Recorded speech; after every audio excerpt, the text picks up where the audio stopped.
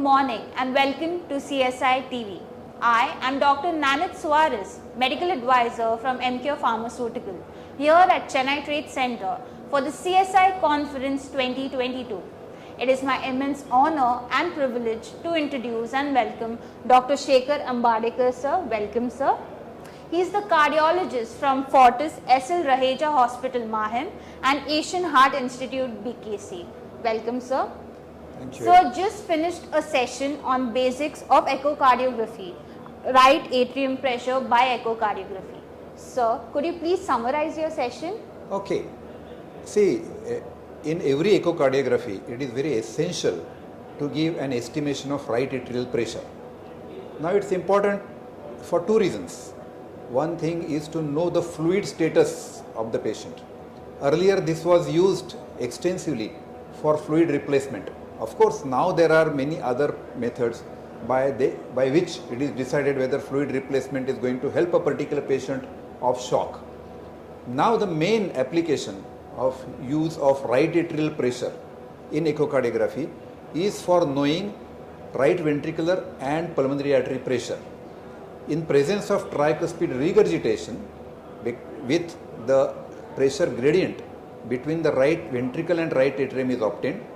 When you add right atrial pressure to it, you get right ventricular pressure, and in absence of pulmonary stenosis, it is equivalent to pulmonary artery pressure. So it becomes very important to know pulmonary artery pressure in most of our patients. And for that, having proper estimation of right atrial pressure is important. Earlier, it was for every patient it was accepted as 10 millimeters of mercury, but which was wrong. And therefore, now there are methods by which you can actually find out right atrial pressure.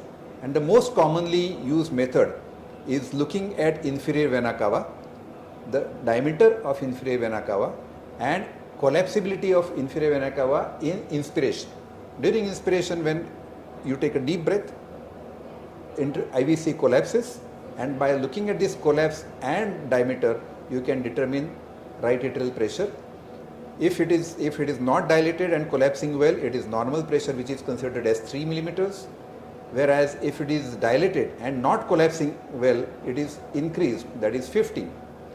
When one of the two things is happening, that IVC is dilated but collapsing well, or IVC is normal but not collapsing well, then it is considered as 8.